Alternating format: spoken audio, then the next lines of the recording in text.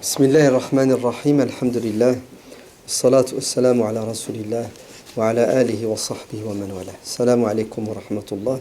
Que la paix soit sur vous tous. Vous êtes les bienvenus donc pour ce séminaire sur l'histoire du monde musulman, l'histoire de l'islam. Et on abordera aujourd'hui une partie de l'histoire du califat abbasside. Le califat abbasside est né en l'année 132 de l'Hégire et durera jusque l'année 656. Plus de 534 années de règne d'une dynastie que l'on appelle, qui se nomme les Abbassides. Je vous dirai pourquoi. Donc, je ne vais pas revenir sur l'importance de l'histoire. Je pense qu'on en a déjà parlé, puis si vous êtes là, c'est que c'est important. Sinon, vous ne serez pas là. Mais on n'est jamais rassasié d'apprendre ce que nos ancêtres ont fait de bien ou de mal. Le bien, pourquoi ? Pour essayer de suivre leurs pas et de faire mieux qu'eux, d'améliorer ce qu'ils nous ont transmis. Et le mal, pourquoi ? Pour condamner, en priant pour que Dieu leur pardonne s'ils étaient bien intentionnés lorsqu'ils l'ont fait. Et ne pas suivre leurs pas. C'est l'objectif. On ne fait pas de l'histoire pour faire de l'histoire, on fait de l'histoire pour grandir intellectuellement, spirituellement, mais aussi au niveau éthique et moral. D'ailleurs, l'être humain ne peut évoluer que si et seulement s'il se base sur l'existant en l'améliorant. Vous allez sans doute me dire après, indique-nous des livres pour approfondir nos connaissances. Je ne le ferai pas. Pourquoi ? Parce qu'il y a énormément de livres sur l'histoire des Abbassides, écrits par des gens très compétents, et parfois les livres sont trop spécialisés. C'est une période ou une thématique de cette histoire. Donc ça ne nous concerne pas, je veux dire, en tant que profane, on n'est pas des spécialistes, on ne veut pas devenir des spécialistes de l'histoire. Et malheureusement, certains de ces livres contiennent des vérités historiques, scientifiques, mais parfois des mensonges ou voire des interprétations fallacieuses ou tirées par les cheveux. Et il faut avoir du recul pour pouvoir distinguer le vrai du faux, le bien du mal. En arabe, il y a énormément de livres. L'histoire a été une matière depuis le XXe siècle qui a été bien traitée par les historiens musulmans, bien que l'on retrouve chez les historiens musulmans des gens de toutes tendances, de tous les courants. Au début du XXe siècle, jusque presque même la deuxième partie du XXe siècle, la plupart de ceux qui ont écrit l'histoire de l'islam dans le monde musulman sont des musulmans laïcs, parfois des musulmans athées. C'est contradictoire, mais bon, que voulez-vous ?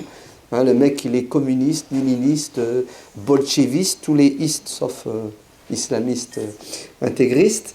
Et ils vont écrire une histoire du monde musulman en la vidant de toute sa substance spirituelle, éthique et morale, insister sur ce qui n'a pas été, avec un objectif clair et net, c'est que l'islam a été un échec. Puisque, regardez, la civilisation musulmane n'était pas aussi glorieuse que les islamistes veulent vous faire croire. L'histoire de l'islam, c'est une histoire jalonnée de conflits, de guerres fratricides. Alors, il y a eu des conflits, il y a eu des guerres fratricides, d'ailleurs, il y en a eu dans toutes les civilisations, mais se focaliser sur l'histoire politique de l'islam, avec ce qu'elle avait de bon et de mauvais, de positif et de négatif, c'est biaiser l'histoire, c'est un mensonge. Et on sait que ces gens-là, ils ne le cachent pas d'ailleurs, ils ne l'ont pas caché, avaient un objectif, c'était de laïciser le musulman, l'éloigner de sa religion, ou plutôt réduire la religion à une sphère personnelle, individuelle, dans la mosquée et dans l'esprit et le cœur. En aucun cas, l'islam doit avoir une dimension économique, politique. D'ailleurs, un savant de l'Azhar qui s'appelle Cheikh Ali Abd al-Razzaq, dans les années 30, va faire sa thèse de doctorat dans laquelle il prouve, donc c'est son ijtihad, si on peut dire, A plus B, qu'il n'y a jamais eu en islam de dimension politique.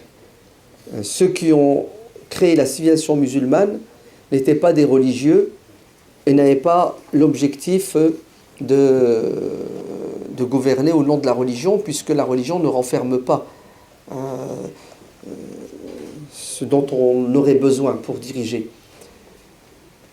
Alors, ce qu'on oublie de dire à propos de ce Cheikh Ali Abd al-Razzaq, puisque son livre Al-Islam wa Usul al-Hukm, l'islam et les fondements du gouvernement, donc c'est une thèse, hein, c'est le premier qui a osé, parmi les enturbanés, dire qu'il n'y a pas de politique dans la religion.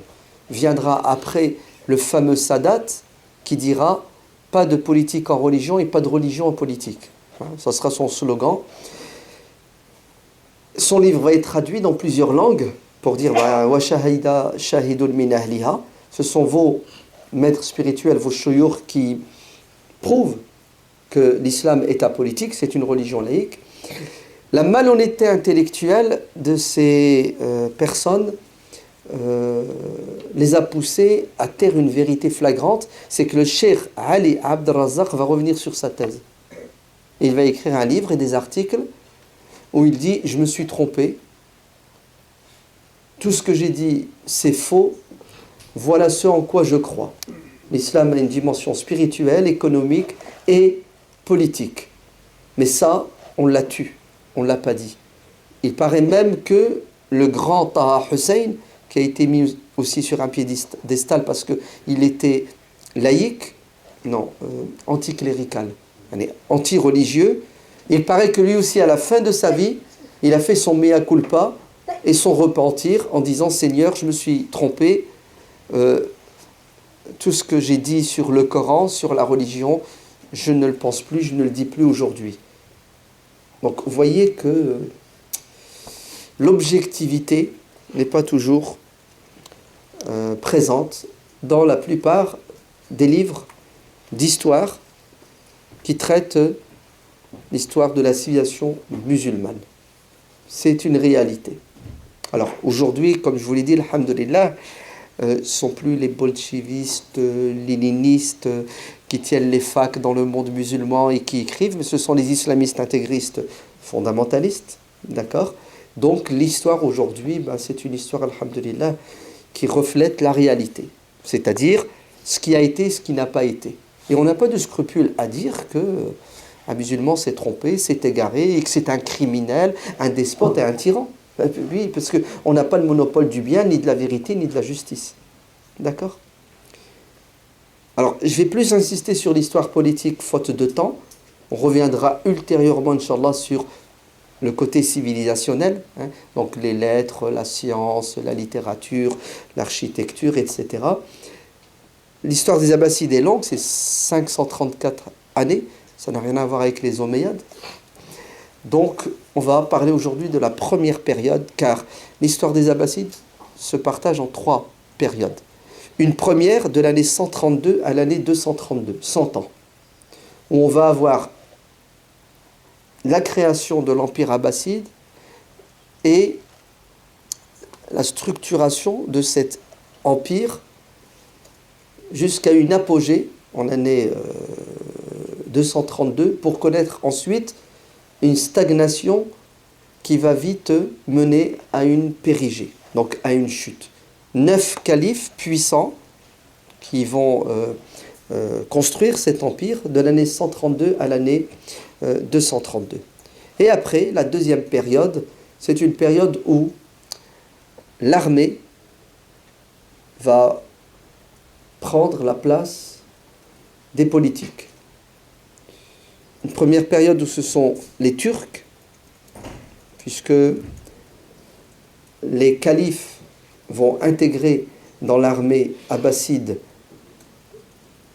l'ethnie turque, qui était connue pour sa maîtrise de la guerre, la force, et tout doucement, les généraux vont prendre le pouvoir et le calife deviendra une marionnette, un écran.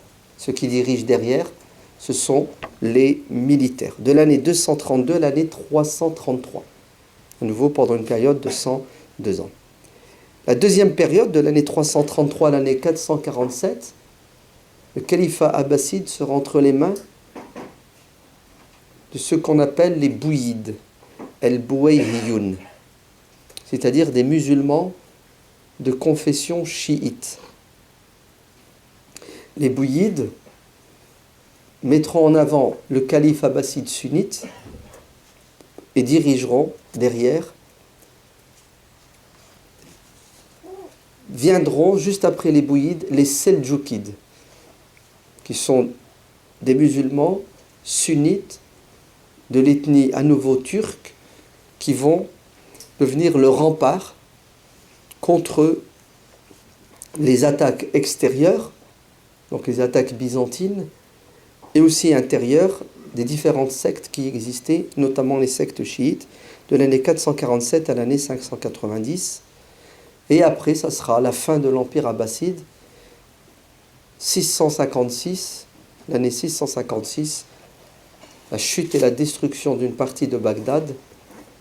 Le dernier calife abbasside, El-Musta'sim Billah, est assassiné, lui et toute sa famille.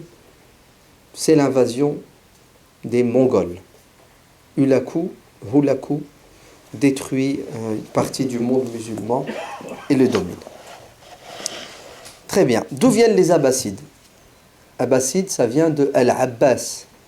Al-Abbas, c'est un des oncles du prophète, sallallahu alayhi wa sallam. Le prophète avait 8 oncles paternels. L'un est très connu, puisque quand vous récitez le Coran, vous citez son nom, c'est Abu Lahab, c'est ça? Abd al-Uzza, de son vrai nom. Abu Lahab, Tabbat Yada Abi Lahab, qui était un ennemi farouche du prophète, alayhi salatu wassalam. Mais on a eu d'autres oncles du prophète qui se sont convertis à l'islam, Hamza ibn Abdul Muttalib et Al-Abbas, son oncle, qui va avoir une progéniture assez nombreuse. Et parmi les enfants de Al-Abbas, Abdullah, qui est donc le cousin germain du prophète, sallallahu alayhi wa sallam, et qui deviendra un des plus grands savants parmi les apôtres, les compagnons du prophète.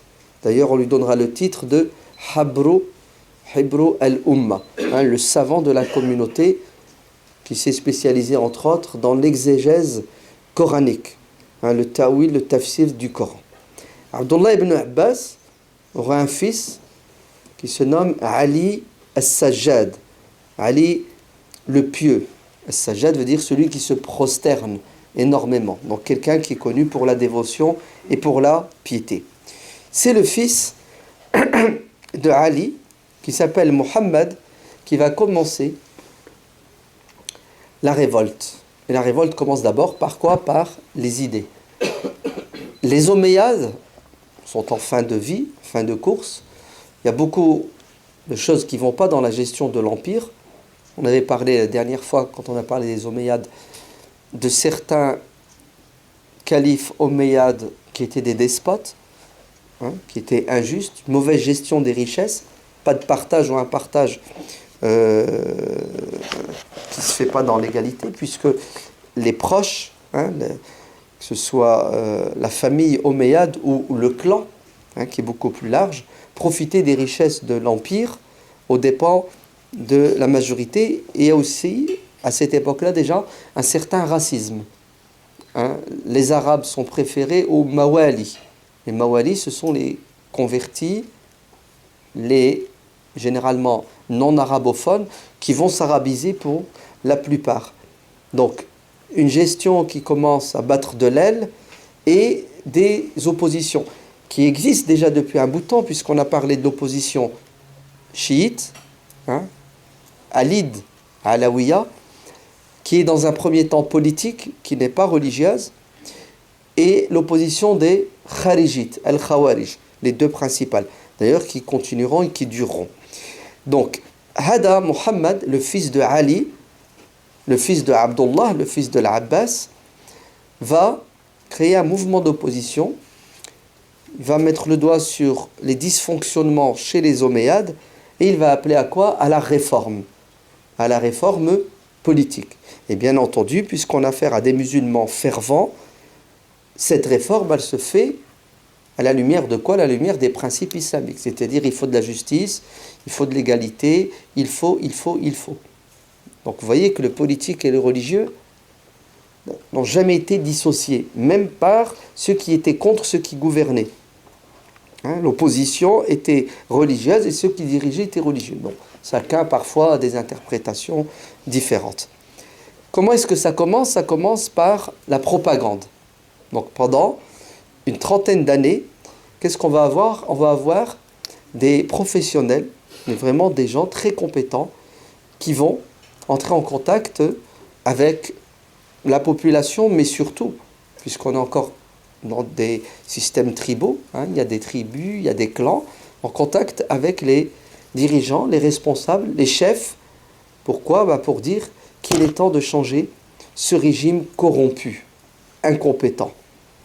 Pendant 30 ans, propagande est faite de manière très très structurée. C'est pyramidal. Vous avez Mohammed, et puis il a un conseil d'administration, pour parler en termes modernes, fait d'administrateurs des nuqaba, naqib, pluriel de naqib, des délégués qu'il envoie dans des villes phares et importantes, et notamment dans cette ville qui a toujours été réputée pour renfermer en son sein des révolutionnaires, la ville de El-Koufa. Vous vous souvenez, El-Koufa, qui à un moment donné est devenue la capitale de qui? De Ali ibn Abi Talib, le quatrième calife. El-Koufa, donc El-Koufa c'est au sud de Bagdad, a toujours été une ville qui n'a cessé de bouillonner. À la fois par la présence des partisans de Ali, donc ce qu'on appellera les chiites par la suite, mais aussi il y avait des khawarij, et là, les Abbassides sont présents à Al-Koufa, sont présents aussi dans le sud de la Syrie, le Cham, et d'ailleurs, Mohammed ibn Ali, son QG, c'est à El-Humayma, El-Hamima, une ville dans le sud de la Syrie actuelle. C'est de là que partent les ordres, les directives, mais cette propagande va prendre dans une région du monde musulman qu'on appelle le Khorasan. Le Khorasan, c'est dans l'actuel le nord de l'Iran. Le nord de l'Iran, toute cette région, vous entrez même en Asie. Donc c'est dans ce Khorasan, donc le nord de l'Iran, et ailleurs ce ne sont pas des Arabes, ce sont des Perses. D'accord? Donc ça prend pourquoi? Parce qu'il y a ce ressenti très fort à l'encontre des Omeyyades. Je l'ai dit, il y a alors on va appeler ça de la xénophobie. D'accord? Il y a du racisme. Donc, une propagande avec des personnes très très compétentes. Et quand Mohammed décède, il laisse le pouvoir spirituel pour l'instant acquis à son fils qui s'appelle Ibrahim. Donc vous voyez très bien qu'on est toujours dans le même schéma, la transmission du pouvoir. La démocratie à la française n'existe pas encore à cette époque. Elle a existé pendant un moment, on en a parlé, la première partie de l'islam, où Abu Bakr a été choisi, Omar a été choisi, mais après on tombera pendant une période qui va durer des siècles, qu'on appelle la période des Al-Mulku Al-Ad, une royauté qui meurt, qui est accrochée au pouvoir, la monarchie héréditaire. Vous vous souvenez des 4 périodes avant le retour de la démocratie? Non, vous avez oublié? Si, un petit peu. Non, mais c'est important d'avoir cette frise à l'esprit. Donc je répète, le prophète sallallahu alayhi wa sallam a dit dans le hadith rapporté par l'imam Ahmed ibn Hanbal, je vais être prophète jusqu'à ce que Dieu me rappelle. Donc il a été prophète pendant 23 ans et il a construit l'État islamique. Il a fait les bases, les fondements de l'empire musulman qui viendra après. Après cette période, vous aurez des califes, des gens qui vont succéder, c'est-à-dire des gens qui vont rester dans le sillon tracé par le prophète, alayhi salatu wassalam. Et les califes dirigeront pendant 30 ans. C'est Abu Bakr, Omar, Othman, Ali et 6 mois du règne de Al-Hassan ibn Ali. Et après cette période de calife, vous aurez des rois. Le hadith parle de rois qui mordent, c'est-à-dire des rois qui s'accrochent coûte que coûte au pouvoir, qui ne le lâcheront pas, d'accord, et qui utiliseront la force pour s'imposer au cas où il déplairait à certaines personnes. Et cette période de roi, de monarchie héréditaire va durer pendant la période omeyyade, abbasside et ottomane, jusque la chute de l'Empire ottoman en 1924. Donc c'est la 3e période, c'est ça. La 4e phase de l'histoire du monde musulman, c'est celle dans laquelle se trouve le monde musulman actuel, c'est-à-dire que vous aurez des tyrans, mulkun jabriyun, des despotes. Ils se transmettent le pouvoir, ou ils le prennent par la force, et ils le lèguent à qui ils veulent bien. Et là, ça sera la tyrannie au sens propre du terme. Et dernière phase de l'histoire de l'islam citée dans ce hadith, c'est quoi? Vous aurez à nouveau le califat. D'accord? Et ce qui caractérise le califat, c'est que le peuple a son mot à dire quant au choix des représentants politiques. On peut appeler ça la démocratie. Alors démocratie directe, indirecte, peu importe les outils. Ce qui compte, c'est que dans un premier temps et vers la fin des temps, ceux qui seront au pouvoir émaneront de la volonté du peuple. Parce que quand le peuple choisit, il met au pouvoir ceux qui sont le plus proches des principes auxquels tout le monde croit, de liberté, de justice, d'égalité. Ça va? Triptyque, liberté, égalité, fraternité. Non? Vous êtes contre? Non, parce qu'il y a des rigolos. A'udhu billah, c'est du shirk. C'est de l'association. Nous, on croit qu'en un Dieu. Donc, liberté, égalité, fraternité, c'est de la Trinité. Ils mélangent tout. Allah, là, tu comprends rien. Mais bien entendu que la liberté, l'égalité, la fraternité, ce sont des valeurs auxquelles on ne peut qu'adhérer. D'ailleurs, on y adhère. D'ailleurs, c'est ce qu'on est. On est des êtres humains libres et on aime la justice et on est pour vivre ensemble dans quoi? Dans le respect et la fraternité. Donc je ne vois pas pourquoi... Ah oui, je sais pourquoi. Parce que liberté, égalité, fraternité, ça vient de la Révolution française. Donc pour certains, la Révolution française, elle est le fruit de la franc-maçonnerie, de la bourgeoisie, elle est anti-religieuse. Non. Le plus risible, vous savez, c'est quoi? C'est pas écrit dans le Coran et la Sunna. Liberté, égalité, fraternité. En fait, tout dépend des lunettes que vous utilisez. Il y en a, subhanallah, ils ne savent pas, ou ils n'arrivent pas, ou ils ne comprennent pas le Coran et la Sunna. Bref, parenthèse fermée. Pourquoi j'ai fait cette parenthèse? Qu'est-ce que je disais avant? Oui, mais avant. C'est bien. Bravo. C'est ça. Donc, Mohammed transmet le pouvoir à qui? À son fils Ibrahim. Donc, ce que les Abbassides vont reprocher aux Omeyyades, à votre avis, ils vont faire quoi? Ils vont faire la même chose. C'est étonnant. On critique un régime, on lui reproche des choses qui sont tout à fait réelles, et après, qu'est-ce qu'on va faire? On va reproduire le même schéma. C'est malheureux. Donc, Ibrahim, qui sera nommé Ibrahim l'imam, al-imam, avec un grand I majuscule. L'imam au sens, non pas religieux du terme, mais au sens politique du terme. Il y a, le mot imam a 2 sens. C'est celui qui guide la prière au quotidien, et là il y en a des centaines et des milliers d'imams. Et puis vous avez l'imam avec un grand I, c'est le chef politique. Aujourd'hui on dirait le président de la République, n'est-ce pas? Le calife. Et cet imam, il a 2 fonctions.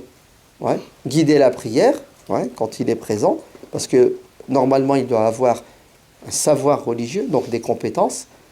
Il doit être le plus compétent. Et deuxièmement, il doit guider les gens dans la vie d'ici-bas, c'est-à-dire gérer les affaires de la dunya.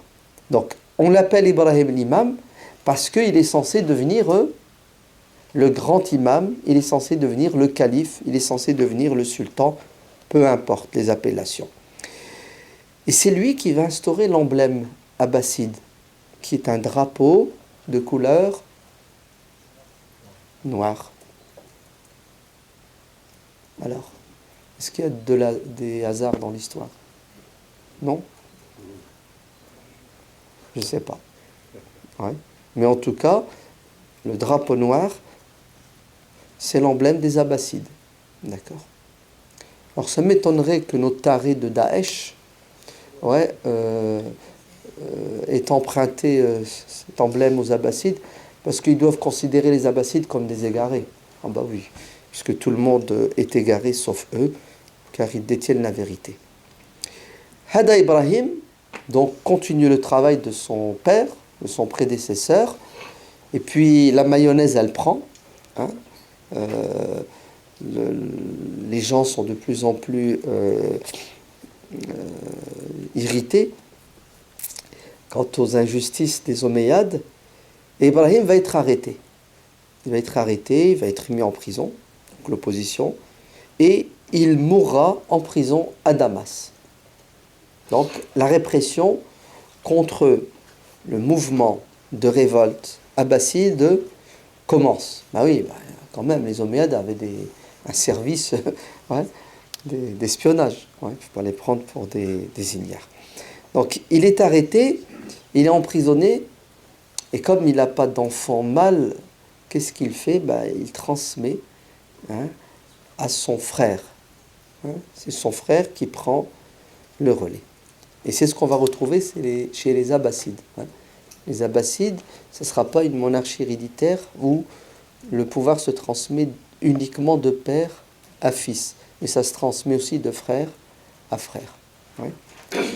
Et c'est Abdullah, le frère de Ibrahim, qui prend la direction de la révolte, et il devient donc le fondateur de l'empire abbasside. On l'appelle Abdullah. Et il a un surnom, un titre, un qualificatif. On l'appelle As-Saffah Abu al-Abbas, Abu al-Abbas, le père de Abbas. Donc il avait un fils qui s'appelait Abbas. As-Saffah, ça veut dire le tueur, le bourreau, le sanguinaire. Parce que quand il va prendre le pouvoir, il ne va pas y aller avec le dos de la cuillère. C'est-à-dire, ça va être une répression sans pareil à l'encontre de qui? Des Omeyyades. Ça sera la vengeance, le massacre. C'est comme ça, un coup d'État, ça ne se passe jamais sans... Non? C'est ça? Vous en connaissez, vous, des coups d'État pacifiques? Généralement, c'est violent. Donc le voilà, le fameux fondateur de l'empire abbasside. Donc Abdullah, le fils de Mohammed, le fils de Ali as-Sajjad, le fils de Abdullah, le fils de Al-Abbas, l'oncle du prophète sallallahu alayhi wa sallam. Normalement, puisque ces nouveaux dirigeants sont des descendants de la famille du prophète sallallahu alayhi wa sallam, on ne devrait plus avoir le problème de quoi? Chiites. Ahsant. Puisque, qu'est-ce que revendiquent les chiites? Les chiites revendiquent la primauté de la famille du prophète. C'est-à-dire, ceux qui doivent diriger, ce sont les descendants. Mais en vérité, ce n'est pas tout à fait ça. Les chiites ont fait une sélection dans la famille du prophète. Même si Abdullah Abu al-Abbas al-Saffah est un descendant du prophète via son oncle, via son cousin, mais ça ne les intéresse pas, les chiites. Les chiites, tu dois être un descendant de qui? Et non, c'est encore beaucoup plus pointu que cela. C'est pas Ali. Oui, Ali et Fatima, c'est le couple. Non. Ali et Fatima avaient plusieurs enfants. Donc, Al-Hussein. D'accord? Donc, Ali et Fatima, et ensuite Al-Hussein. Tous les autres enfants de Fatima ne comptent pas, c'est-à-dire Al-Hassan et sa descendance, Muhsin et des filles, et des enfants de Ali, d'autres épouses de Ali, il y en a, Muhammad ibn al-Hanafiya, etc., etc. Ils ne sont pas considérés comme des gens censés recevoir le privilège de diriger. Alors pourquoi, à votre avis? Oui, parce que le Hussein a eu pour épouse, non, une princesse perse. D'accord? Donc le chiisme va devenir non pas un mouvement politico-religieux uniquement, mais il faut rajouter une troisième dimension, un mouvement ethnique, c'est-à-dire les Perses. Et vous verrez que les chiites ne cesseront d'être en conflit avec ceux qui ne partagent pas leur vision de la politique, de la religion, et ceux qui ne sont pas de la même ethnie, c'est-à-dire les Arabes. C'est une haine qui remonte au premier temps de la création de l'empire musulman. Donc, il prend le pouvoir, donc le pouvoir ils l'ont pris avec les armes, d'accord, et il est désigné dans la ville de Al-Koufa, donc en Irak, comme étant le premier calife, donc successeur. Il va diriger pendant quelques années. Alors, pourquoi est-ce qu'il a réussi, Abou al-Abbas? Grâce à un travail de fond, de propagande qui a duré 30 ans, grâce à des relais dans des villes, dans des régions. Et la région la plus importante, c'est le Khorasan. Et l'homme fort du Khorasan, à cette époque-là, c'est Abu Muslim al-Khorasani. On peut même dire, en exagérant un peu, que c'est lui le vrai fondateur de l'empire abbasside. Parce que militairement parlant, ce sont les gens du Khorasan, c'est l'armée du Khorasan qui va arriver à bout des Omeyyades. Donc Abu Muslim al-Khorasani est un homme important dans cette révolte abbasside. Il est tellement important et fort que vous verrez, à un moment donné, il va devenir un obstacle et il va prétendre au pouvoir et il finira mal puisqu'il sera arrêté et assassiné. Il sera tué par qui? Par As-Saffah lui-même.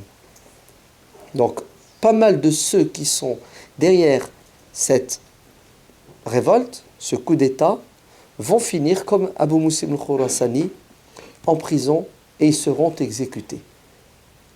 C'est ça les militaires, c'est ça les coups d'État. On se met à plusieurs, dès qu'on atteint notre objectif, il faut éliminer les éventuels concurrents ou prétendants. Et un exemple parmi tant d'autres, c'est le fameux Nasser, Gamal, c'est ça, Abdel Nasser, le prophète des Arabes du XXe siècle. Donc, coup d'État militaire, les militaires, les officiers libres en Égypte prennent le pouvoir, ils virent le roi, Fouad, un féodé aux Anglais, et à votre avis, qu'est-ce que fait Nasser une fois qu'il est au pouvoir? Il va éliminer. Il va éliminer ses collègues avec qui il a fait le coup d'État. Et il va éliminer le premier président élu démocratiquement en Égypte qui s'appelle Mohamed Najib. Les Égyptiens, le Ja, ils disent Ga. Mohamed Negib. Il va l'éliminer. Et tous les autres officiers qui ne vont pas aller dans son sens. En fait, on remplace une dictature par une autre dictature. C'est pour cela qu'il n'y a pas mieux que la démocratie. L'armée ne doit pas s'immiscer des affaires politiques. L'armée, elle reste à sa place pour protéger les frontières contre un ennemi extérieur. Mais dans le monde musulman, l'armée a pour mission d'étouffer toute forme d'opposition et de critique. Point final. Elle ne sert à rien d'autre. Sinon, de temps en temps, elle sert à aller tuer les voisins et les frères, à attaquer. Ouais, quand ils s'ennuient un peu, qu'à l'intérieur, il n'y a pas de répression, ils vont aider leurs voisins pour les répressions. Donc, Abu Muslim al-Khurasani, il prend la direction de la révolte dans le Khorasan, et c'est lui qui commence. Et les victoires militaires, bon, elles sont indiscutables, puisqu'on l'a dit que les Omeyyades étaient en fin de course, ils étaient fatigués. Les Omeyyades étaient divisés. Il y avait des guerres dans le clan Omeyyade. D'accord ? Donc le coup d'État, bon, il n'est pas si compliqué. Ça a commencé le 25 du Ramadan, hein, officiellement la révolte, le 25 du mois de Ramadan de l'année 129, ce qui correspond au 9 juin de l'année 747 de l'ère chrétienne. On est en 747, hein. Charlemagne n'est pas encore là. Le gouverneur du Khorasan, qui s'appelle Nasr ibn Sayyar Omeyyad, ouais, avait tiré la sonnette d'alarme depuis longtemps, en disant au calife Omeyyad, il y a anguille sous roche, ouais, il faut vite réagir. Mais Nasr ibn Yassar ne sera pas entendu, il va être défait, hein, et il perdra toutes les villes du Khorasan, hein, Merv, Marw, Nahawand et toutes les autres. Et puis la réussite est totale. Une fois que les Abbassides ont le pouvoir, première des choses qu'ils font, c'est éliminer le clan Omeyyade. C'est très très violent. C'est tellement violent qu'ils iront jusqu'à exhumer les corps. Ouais, Leicester, exactement. Il faut le faire, hein. C'est méchant. Exhumer, c'est ils vont dans le cimetière et ils déterrent ce qui reste, hein, les ossements. Bon, ils vont quand même respecter un calife omeyyade, parce qu'il a fait l'unanimité, hein, tellement il était pieux, il était juste. C'est Omar ibn Abdel Aziz, exactement, l'arrière-petit-fils de Omar ibn C'est ça. Il ne faut pas l'oublier celui-là, Omar ibn Abdel Aziz. C'est très très très important.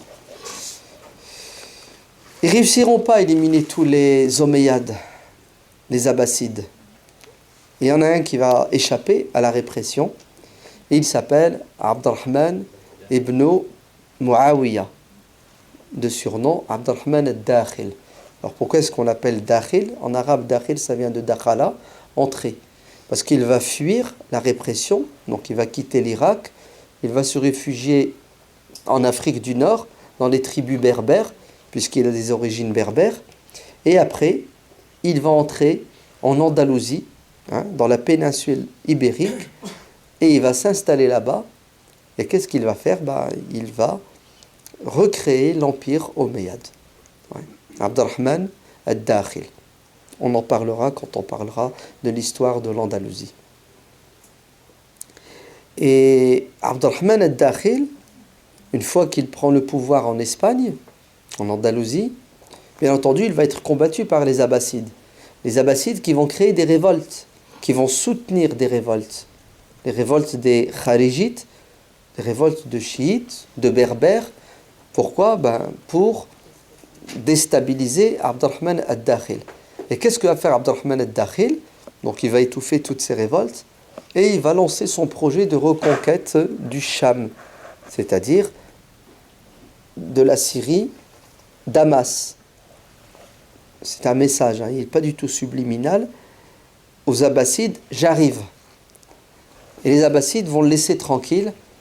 Et Abu Ja'far al-Mansour, le deuxième calife abbasside, dira « Heureusement qu'il y a entre lui et nous la mer.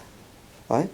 Entre Abdurrahman ibn Muawiyah, le descendant, le rescapé des Omeyyades, heureusement qu'il est de l'autre côté de la mer.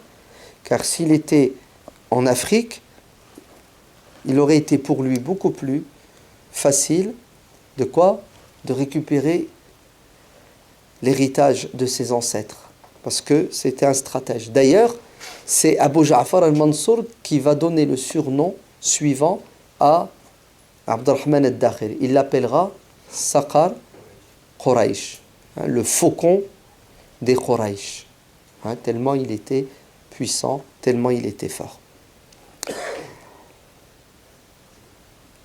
Abu al-Abbas al-Saffah va diriger pendant 4 ans, de l'année 132 à l'année 136. Donc il est clair que pendant ces 4 années, la chose la plus importante qu'il va faire, c'est d'étouffer toute velléité de révolte des Omeyyades, les massacrer. Mais il rencontre un problème avec qui? Avec les siens, c'est-à-dire les fameux prédicateurs abbassides, dont Abu Muslim al-Khurasani, Abu Salama al-Khallal. Ce sont eux qui ont fondé l'empire abbasside. Sulayman ibn Kathir, et il va tous les arrêter et les exécuter. Pourquoi? Parce que ils avaient la grosse tête déjà. Pourquoi toi tu aurais le pouvoir et pas nous? Et puis c'est humain, c'est comme ça. Subhanallah, le pouvoir aveugle. Donc qu'est-ce qu'il fait? Il élimine les Omeyyades et il élimine les fondateurs de l'empire abbasside. Il est remplacé par qui? Il est remplacé par Abu Ja'far al-Mansour. Et en vérité, c'est lui le vrai fondateur de l'empire abbasside au niveau politique, au niveau militaire. Abu Ja'far va diriger pendant 22 ans, un long règne. Il faut du temps pour instaurer l'empire abbasside. De l'année 136 à l'année 158, il est né dans cette ville où est née la propagande abbasside, El-Hamima ou El-Humayma, dans le sud du Cham, et il grandit dans le clan des Banu Hashim, donc le clan du prophète de l'islam, alayhi salatu wassalam, où on va lui transmettre la langue arabe. C'était quelqu'un de très très lettré, il maîtrisait très bien la langue, l'histoire des Arabes, la poésie, et puis les sciences religieuses. Les 9 premiers califes, la plupart d'entre eux étaient des savants. Des savants, bien entendu, dans les sciences religieuses, mais pour certains aussi les sciences profanes. On le verra avec Al-Ma'moun, qui va devenir un grand philosophe et poète. Donc, quand son frère, donc vous voyez que ce n'est pas le fils de As-Saffah, c'est son frère. Quand son frère décède, on ouvre le testament, et qu'est-ce qu'on trouve dans le testament? C'est Abu Ja'far qui va diriger, il prend le pouvoir et il s'engage. Qu'est-ce qu'il dit? Il dit, ce poste, je ne l'ai pas cherché, il m'a été imposé. Donc c'est les Abbassides, la famille, qui lui demandent de prendre le pouvoir, lui il n'en veut pas. Ça nous rappelle quoi? Omar ibn al-Khattab, Abu Bakr as-Siddiq, Omar ibn Abdel Aziz. Donc vous voyez qu'on a affaire déjà dans un premier temps à quelqu'un qui a une sincérité, une piété. Je prends ce poste malgré moi. Deuxièmement, mon objectif c'est de faire appliquer les principes de la religion. Donc on dit le Coran et la Sunna, c'est ça? Donc la justice, etc., etc. Et bien entendu, vous m'écouterez et vous m'obéirez tant que je pratique le droit et la justice. Et c'est toujours comme ça, les premiers sultans, les premiers califes sont des gens sincères qui recherchent le bien commun. Et tout doucement, ces valeurs vont se perdre. Donc il stabilise cet empire qui est vaste et il va mater les différentes rébellions. La première des rébellions contre Abu Ja'far al-Mansour, c'est celle de son oncle. Et oui, Abdullah ibn Ali al-Sajjad, son oncle paternel, qui était gouverneur de l'actuel Liban. Vous voyez le Liban, la Palestine. Il était gouverneur. Quand son neveu est au pouvoir, qu'est-ce que dit Abdullah ibn Ali? Je suis plus apte à diriger, vu l'âge, vu l'expérience, mais vu aussi le sacrifice. Il ne faut pas oublier que c'est grâce à moi que nous sommes aujourd'hui présents, car il fait partie des bâtisseurs.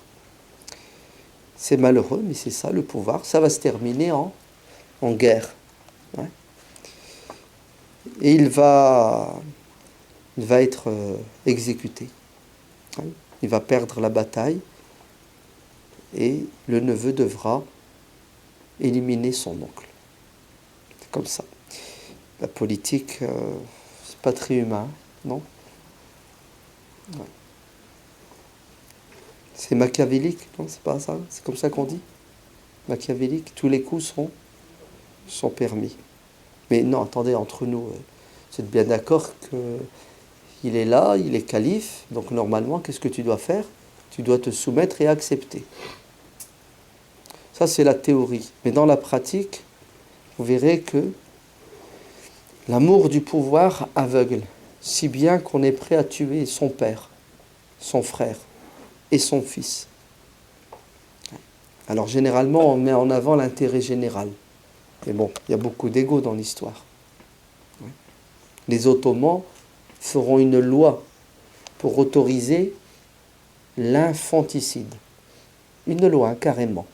Le calife, dès qu'il a le pouvoir, vous savez ce qu'il fait? Il exécute ses enfants mâles. Oui. Pourquoi? Pour éviter, une fois la succession faite, que les frères entre eux se disputent le pouvoir. Donc il en garde un, et les autres à la poubelle. Ouais. Non mais c'est rien, hein, c'est pas... Ils vont faire ça pendant des années et des années. Après ils vont l'abroger.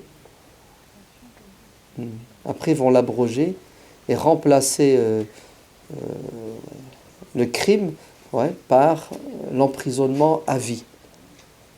C'est-à-dire on ne les tuera plus, ces enfants, mais on va les mettre en prison dans une cage, ils appellent ça le kafes, le qafas en arabe, c'est-à-dire une résidence surveillée, et il n'a pas le droit d'en sortir. Il est nourri, logé aux frais de la princesse, mais il est neutralisé. Ouais. Et si jamais le sultan meurt par accident et il n'a pas d'enfant, on va le chercher, c'est la roue de secours pour remplacer son frère ou son père, etc. C'est comme ça, c'est malheureux. Il faut condamner. Bon, on n'était pas là pour savoir aussi si c'était ce qu'il fallait faire ou pas, mais en tout cas, ils l'ont fait, sachez-le. Donc, qu'est-ce que fait Abu Ja'far? Il faut tout de suite étouffer les révoltes. La première, c'est son oncle, Abdullah ibn Ali. Et la deuxième révolte, c'est celle de Abu Muslim al-Khurasani. Ouais. Alors, excusez-moi, Abu Muslim al-Khurasani, il a commencé sa révolte avec As-Saffar, et elle se termine avec Abu Ja'far. Et c'est Abu Ja'far qui va l'exécuter. D'accord? Et une nouvelle révolte, c'est celle de Muhammad, retenez son nom, An-Nafsu Az-Zakiya. Muhammad à l'âme pure. À votre avis, c'est qui? Muhammad An-Nafs Az-Zakiya. Alors, la famille, ok, les opposants, ceux qui ne veulent pas se soumettre, de l'intérieur, et maintenant on passe à l'extérieur, c'est les chiites. D'accord? Alors que les chiites sont censés, à cette époque-là, accepter les abbassides, qui font partie de la famille du prophète, et qui ont un projet de quoi?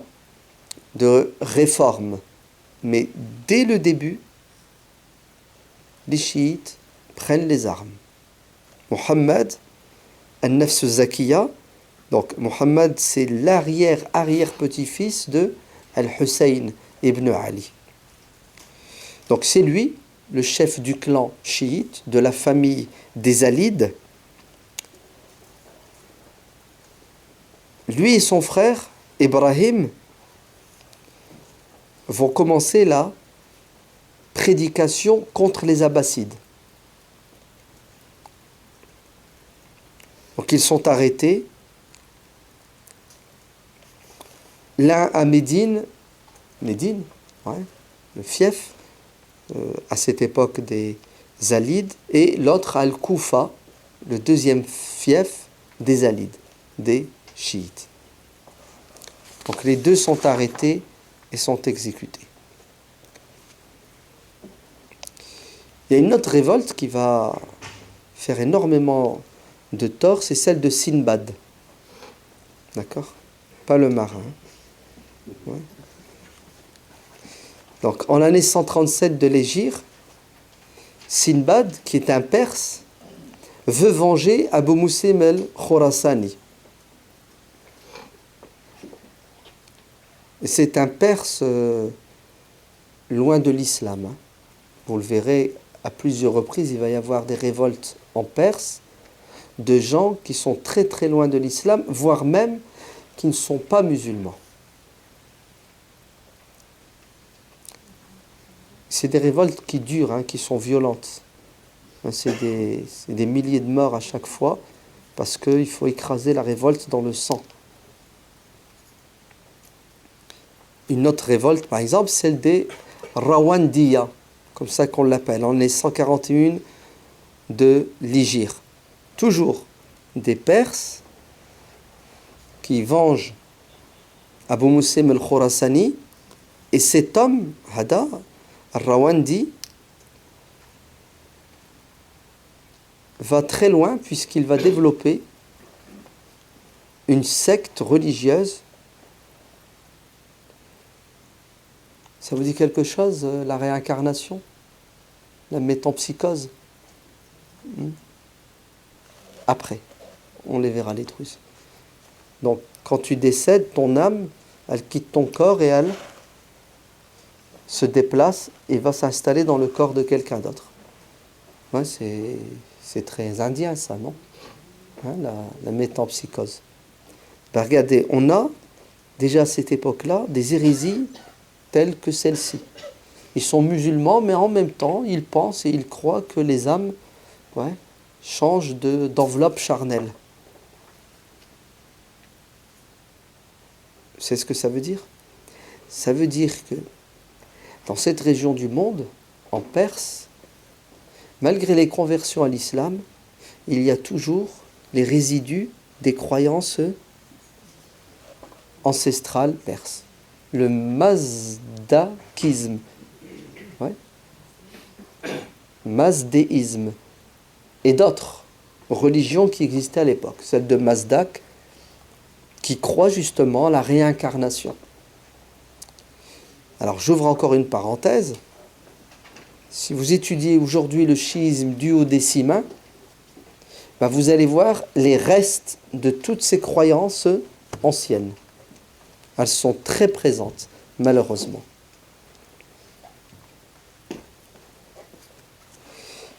Une autre révolte en l'année 150, c'est celle de quelqu'un qui s'appelle Oustad, donc le maître en arabe, Oustad 6. 6. Il manque juste un i à la fin. Donc ça fasse ici. Oustad 6. Lui, carrément, il s'est autoproclamé prophète. Coucou, c'est moi le prophète. Donc je suis prophète et je vais libérer la Perse de la domination des Abbassides qui sont des Arabes. D'accord? Donc c'est très à la fois religieux et politique et ethnique. Et cet homme, Al-Oustad 6, va réussir à dominer sur des territoires très très vastes, puisqu'il ira jusqu'en Afghanistan. Pendant des années, jusqu'à ce que les Abbassides viennent à bout de lui. Mais sinon, vous savez, les révoltes les plus dures à mater de toute l'histoire de l'islam sont les révoltes des Khawarij, les Kharijites. Vous vous souvenez d'eux? Les Kharijites qui sont nés en l'année 38 avec la bataille de Nahrawand. Hein? Les Kharijites sont toujours là. D'accord? Ils pensent et ils croient que les Abbassides ont usurpé le pouvoir. Parce que les Kharijites, on a beau dire ce qu'on veut d'eux, ils ont le sens de la démocratie. Puisque pour eux, celui qui doit diriger, ce qui compte, c'est pas sa couleur, c'est pas sa race, c'est pas sa taille, c'est sa compétence. Ouais. Ceux qui sont le plus proches de l'idée démocratique, ce sont les Khawarij. Malheureusement, ils vont utiliser la violence pour atteindre leurs objectifs. Les Khawarij, ils ne cesseront de déstabiliser les Abbassides comme ils l'ont fait avec les Omeyyades. Donc, révolte sur révolte. Abu Ja'far al-Mansour, donc 22 ans de règne, 22 ans où il met de l'ordre, il faut bien qu'il meure un jour, il décède alors qu'il s'en va faire le pèlerinage. Vous avez vu que ces dirigeants-là étaient des gens qui avaient le sens de quoi? Du respect de la religion. Ce n'étaient pas des gens laïcs. Hein. Retirez ça de votre tête. C'est des gens qui avaient la science religieuse et qui avaient la piété.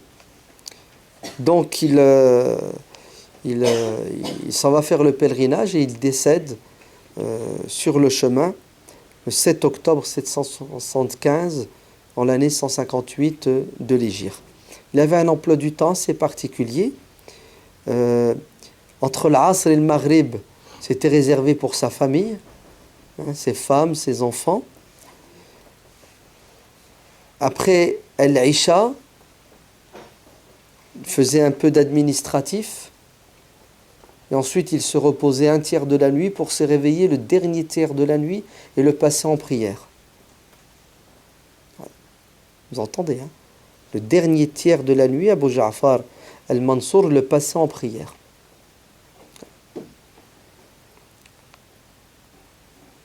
J'ouvre une parenthèse ou c'est pas la peine? Non? Ouais. Bon, je ferme la parenthèse. Et après Subh, il ne dormait pas. Jusque Zohr, écoutez bien, Abu Ja'far al-Mansour était accessible. Les gens qui avaient des problèmes, qui subissaient des injustices, prenaient rendez-vous et lui-même, il écoutait les doléances et il réglait les problèmes. Et bien entendu, la gestion avec ses ministres. Donc, il décède et il est remplacé par qui? Par le bien guidé El-Mahdi. Donc, ils ont toujours des surnoms. El-Mahdi, c'est comme ça qu'on l'appelle. On va faire une pause. Hein. Farid, n'oublie jamais un des piliers de la civilisation musulmane, c'est l'hospitalité. Donc il vous a offert un thé en rentrant, et je ne sais pas ce qu'il va vous offrir maintenant.